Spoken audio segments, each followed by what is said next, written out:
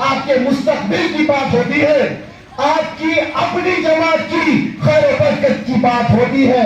आसमान से फरिश्ते उतरते हैं, ये महफिल को चारों तरफ से घेर लेते हैं और ऊपर वाले भी मुस्कुरा के देखते हैं और फरिश्तों से पूछते हैं, जाके दरियाफ्त करो कि ये इजलास में किसकी बड़ाई की बात हो रही थी, किसकी बात हो रही थी।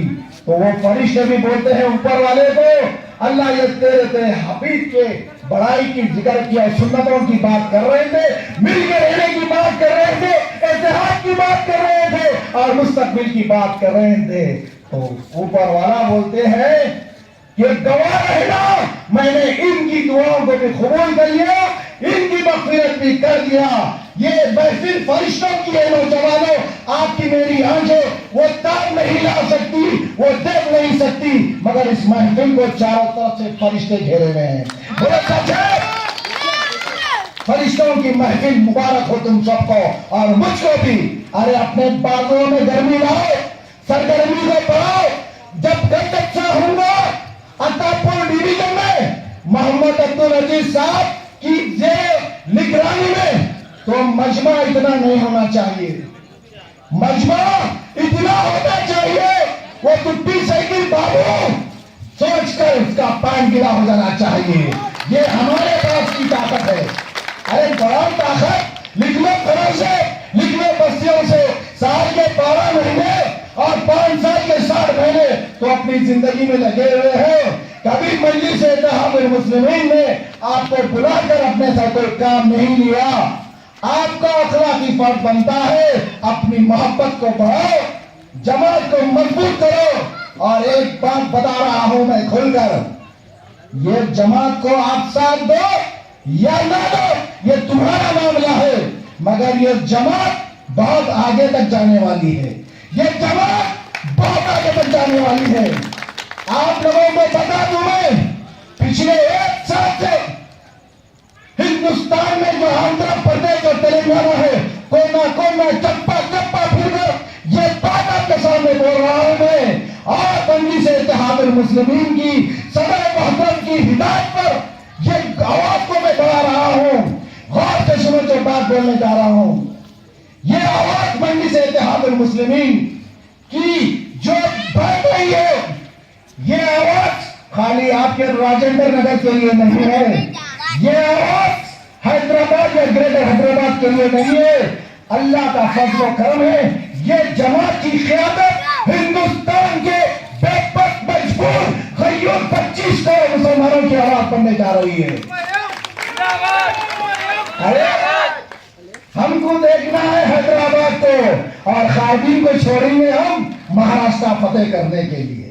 हमको देखना है तेलंगाना को, और खादिम को छोड़ेंगे कर्नाटक को फतेह करने। अगले 5 महीनों में इलेक्शन है, बोलो देख लीजिए हैदराबाद को, जरूर देखेंगे। और एक बात बोल रहा हूं मैं फिरका प्रस्तावकों को, हमारे गुस्से को मत आजमाओ। 55 साल से ये गुस्से को हमने पाल कर रखा है। अगर आप गुस्से को आजमाने की कोशिश करेंगे, वो अंजाम क्या होगा तुम सोच नहीं सकेंगे।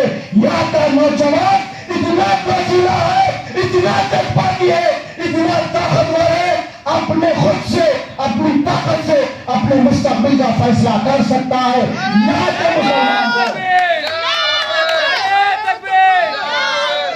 कर्नाटक और महाराष्ट्र से कम है आवाज।